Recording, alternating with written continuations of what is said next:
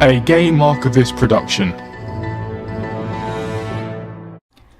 Hi guys, what's up? As of me uploading this video, there are only 3 weeks left until Grand Theft Auto 5 comes out and I am ridiculously hyped.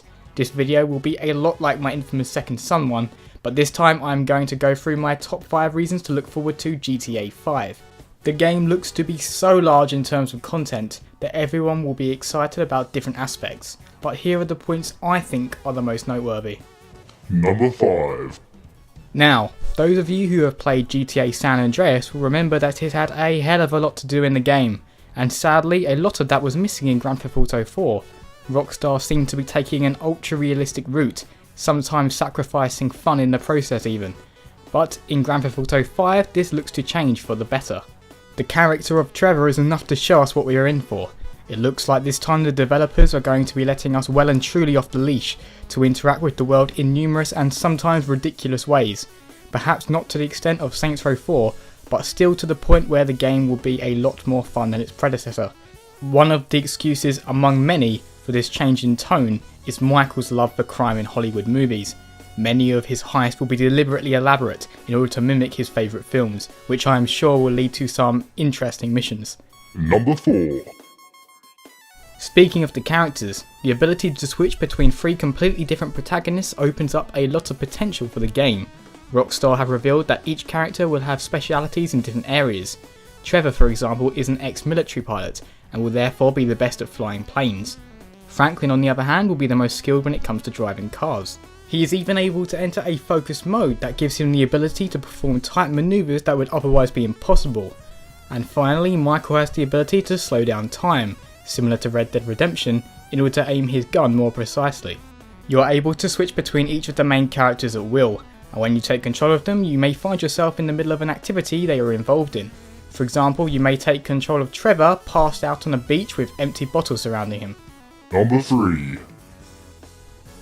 Something that was sorely missed from GTA 4 were the planes, and when I heard that they were making a return in GTA 5 I was ecstatic. I love any game that allows you to fly jets, San Andreas, Battlefield 3, Hawks, you name it. If there's a jet in it, I'm interested. I also have great expectations for how Rockstar will deal with the handling of the aircrafts. The helicopter physics in GTA 4 are some of the best I have found in a video game, and hopefully this mastery will come over to the planes as well. Not only will planes allow us to experience the open world from an interesting perspective, but it should also allow for some great dogfights. If Rockstar do it right, dogfights could easily become one of the most popular activities in GTA Online. Number 2. Coming from the entirely urban Liberty City, Los Santos' mountains and vineyards should make a nice change of pace for the series. If anyone is skeptical of Rockstar's ability to create a believable rural environment, go play Red Dead Redemption. The city portion of the game looks to be slightly smaller than Liberty City, but when you take into account the entire map, you will see that the world is huge. Rockstar have come out and said that the world will be 5 times the size of Red Dead Redemption, with perhaps some room left over even. This may be slightly embellished, but I don't doubt that we are in for a treat. What we are getting with Grand Theft Auto 5 is a large and diverse world. It's number 1. What would a huge open world be without the little details? There looks to be so much to do in Grand Theft Auto 5 that it will likely take months to discover and complete it all.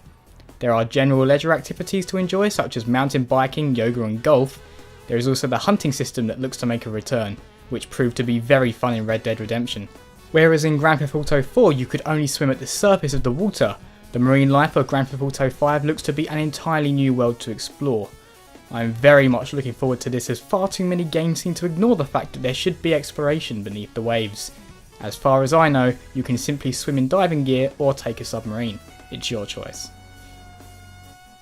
Even the weather looks to have received a fair amount of thought. The clouds will move throughout the day and night cycle, which should really help to add to the immersion. Sometimes there may be thunderstorms which can lead to lightning bolts hitting aircraft and knocking planes out of the sky, something the player is going to have to be wary of. Vehicle customization even looks to make a return, which should allow the player to change everything from tyre rim size to hood ornaments. The detail of Grand Theft Auto 5 looks to be by far its greatest feature, and I really do believe it to be the game's number 1 reason to be excited for it. Those are my top 5 reasons to be excited for GTA 5. Disagree or agree? Let me know in the comments below. Thanks very much for watching and see you next time.